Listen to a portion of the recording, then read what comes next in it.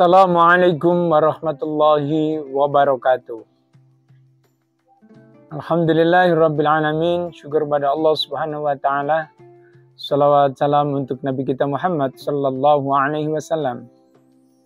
Para pemirsa SPMA TV, dalam sesi teman sahur yang diberkati oleh Allah subhanahu wa ta'ala, pagi hari ini saya membersamai Bapak Ibu Saudara sekalian dalam tema Bahtera orang-orang yang beriman.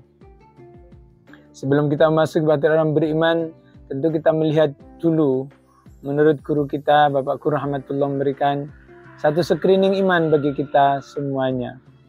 Yang pertama adalah, apakah kita merasa sudah penuh dengan kebaikan atau justru kita penuh dengan kekurangan dan dosa.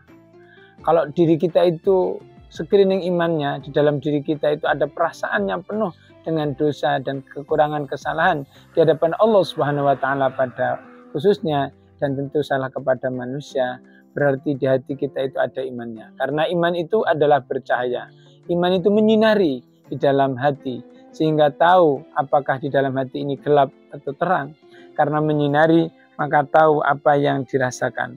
Kalau imannya itu bersinar, maka akan menyinari yang lainnya. Kalau redup, melik-melik, saja seperti rokok, maka akan justru membuat kita terbakar. Karena Allah Subhanahu wa taala begitu banyaknya dosa yang dilakukan oleh manusia, memerintahkan kepada kita manusia ini untuk berlomba-lomba wasari'u ila maghfiratin. Berlomba-lomba di dalam meminta ampunan kepada Allah Subhanahu wa taala. Kenapa dengan kalimat syari'u? Karena kalau tidak dengan berlomba-lomba tidak selesai. Dosa kita itu banyak dan tumpuk-tumpuk bermacam-macam sampai sundul langit. Sehingga kalau kita itu punya dosa, mestinya kemudian bertobat. Perhatikan Rasulullah Muhammad SAW sebagai ulul azmi dan panutan serta orang terpilih seluruh dunia, sehari kepada Allah semata-mata minta ampunan itu sampai 100 kali dalam sehari. Nabiullah Adam alaihissalam, bibit kawitnya manusia pun melakukan kesalahan dan tobat di hadapan Allah SWT, merasa dirinya zalim. Sehingga walladzina fa'alu fakhsyatan aw dzalamu anfusahum, di dalam surah Ali Imran 133 dan 135, anfun zakarallah wastaghfaru lidzunubihim. Kita ingat kepada Allah dan kemudian minta ampunan kepadanya. Ciri orang yang beriman sebagai screeningnya, kalau kita tidak pernah merasa berdosa, berarti iman kita sedang redup. Sedangkan kalau selalu merasa berdosa dan istighfar kepada Allah, kita adalah orang yang beriman. Dan termasuk disitulah kalimat al-mustaghfirina bil ashar. Ketika kita sahur seperti ini, lebih banyak mana merasa berdosa dan beristighfar kepada Allah daripada memikirkan apa yang kita makan, apa yang kita akan lakukan besok, dan berbagai macam rencana-rencana di dalam otak, pikiran, dan hati kita. Yang kedua, saudaraku, ma'asyiral muslimin wal muslimat rahimakumullah, kalau di hati kita itu masih ada dendam, masih ada marah, masih ada benci, masih ada sesuatu yang membekas di dalam hati dengan sesama manusia, itu artinya kita masih belum punya jatah iman yang sebaik-baiknya. Kenapa? Yang beriman itu adalah wal'afina 'anin nas, orang yang memaafkan sesama manusia. Memang kita bersalah, dia bersalah, tapi justru di sanalah letak orang yang beriman itu, ketika kita mampu memaafkan orang yang bersalah.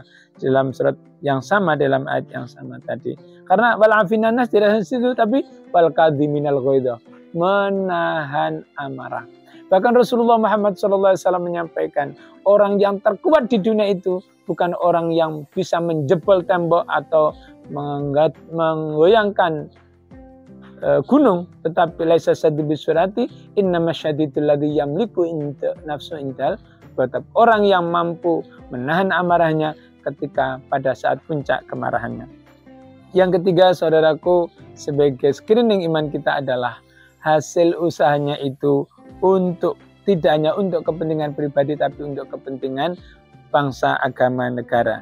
Kalau di hati kita itu masih ada iman, maka iman kita itu akan memberikan rasa perjuangan. Walakin qulu aslama walam yadkhulil imanu fi qulubikum syai'a. Allah melihat semua perjuangan kita. Kalau hanya di bibir, maka hidupnya itu hasil usahanya untuk kepentingan pribadi dan keluarganya. Tetapi kalau orang yang beriman itu kepentingan untuk umat, bangsa, negara, agama, sebagaimana perjuangan para orang-orang terdahulu kita. Nah, itu alamnya tuhil iman fi qulubikum, artinya belum masuk ke hati kalau hanya pribadi sendiri. Itu dalam surah 49 ayat 14. Kemudian yang ketiga, yang keempat adalah golongan orang-orang yang kafir hidupnya hanya mencintai barang-barang ciptaannya Allah. Sebaliknya berarti orang yang beriman adalah asyaddu hubbal lillah. Orang-orang yang mengikuti hawa nafsunya adalah orang-orang yang mencintai segala sesuatu seperti mencintai orang yang beriman.